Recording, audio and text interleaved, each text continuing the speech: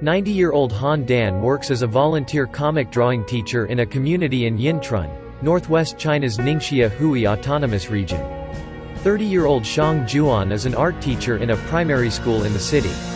Since October 17, a new wave of COVID-19 infections has hit the region.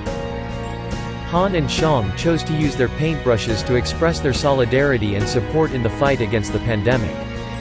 他的话就是想到了要发挥漫画艺术作用的宣传鼓动，特别是这是一场战斗，我就用画笔当武器，就用这种不同的形式支援前线，支援抗疫。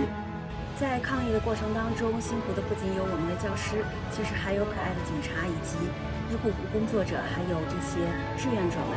我希望用画笔能够记录大家的辛勤工作，让每个行业加深彼此理解。